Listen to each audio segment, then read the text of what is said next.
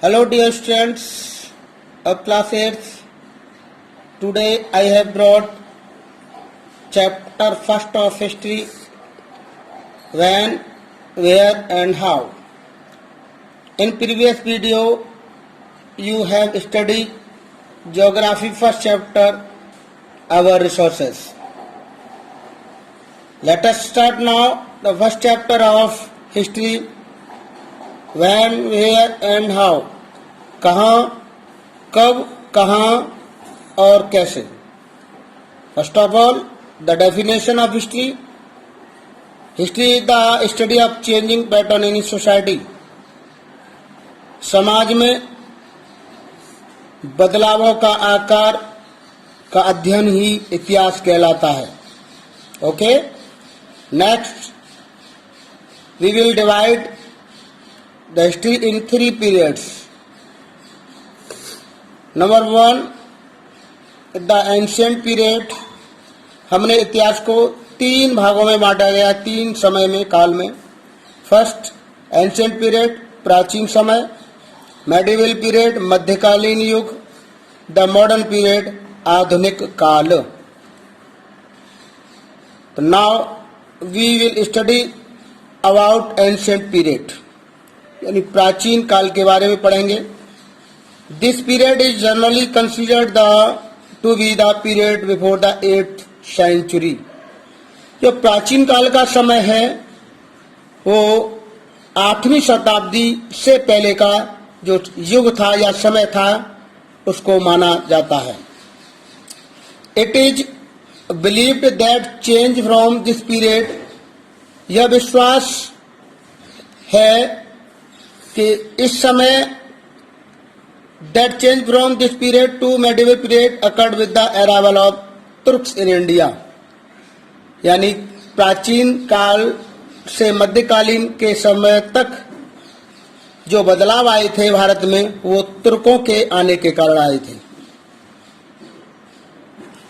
Now we know about the medieval period, मध्यकालीन युग. This period start from the 8th century to 18th century. यह जो मध्यकालीन समय है वो 8वीं शताब्दी से लेकर 18वीं शताब्दी तक का माना गया है.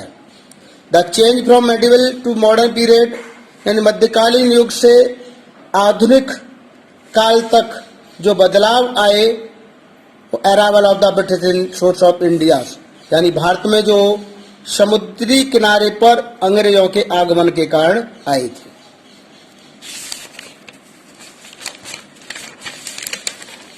थर्ड, द मॉडर्न पीरियड, आधुनिक समय. मॉडर्न पीरियड मीन्स, आधुनिक समय का मतलब दैट पीरियड ऑफ हिस्ट्री, इतिहास का वह समय, दैट यू लिव, जिसमें तुम रहते हैं. यानी 19th सेंचुरी टिल नाउ, यानी 19वीं शताब्दी से लेकर अब तक का जो समय है वो मॉडर्न पीरियड में के अंतर्गत आता है. Modern period, modern history of India, आधुनिक इतिहास भारत का covers mainly the following events, जो घटनाओं को और विकासों को कवर किए हुए है. वो कौन कौन सी हैं? First, the establishment of the power of the east India company, यानी अंग्रेजों के आगमन से भारत में ईस्ट इंडिया कंपनी की जो ताकत थी उसकी स्थापना होती है, यानी उसकी शक्ति बढ़ती है. Secondly, the British administrative systems, जो अंग्रेजों का प्रशासनिक जो तरीका था उसका विकास, उसमें उसकी घटनाओं के बारे में.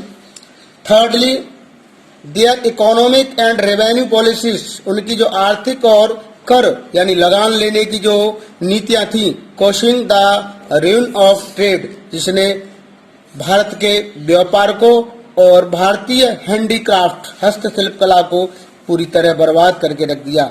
As well as starting the process of industrialisation, और यहाँ से ही औद्योगिकरण का जो प्रोसेस है, तरीका है, वो यहाँ से शुरुआत होती है. Next video you will study about the source of modern period, new inventions यानी आधुनिक समय की जो स्रोत है उसके बारे में पढ़ेंगे। न्यू इन्वेंशन, जो नई नई खोजें हुई उसके बारे में पढ़ेंगे आप। कॉलोनाइजेशंस, जो आपका उपनिवेशीकरण या औपनिवेशीकरण कहते हैं उसको, कॉलोनाइजेशंस। इंडस्ट्रियल रिवॉल्यूशंस, यानी जो औद्योगिक क्रांति हुई उसके बारे में आप पढ़ेंगे। कैपिटलिज्म, पूंजीवाद और मॉडर्न पीरियड इन इंडिया और भारत में आधुनिक समय के बारे में आप नेक्स्ट वीडियो में आप इसके बारे में बहुत सारी जानकारी लेंगे। जिन स्टूडेंट्सों ने बुक परचेज नहीं की है, इमीडिएटली बुक्स परचेज कर लें, जिससे आपको पढ़ाई में लॉस नहीं हो और पढ़ाई आपकी विधिवत रूप से स्टार्ट हो गई है, शुरू हो गई है।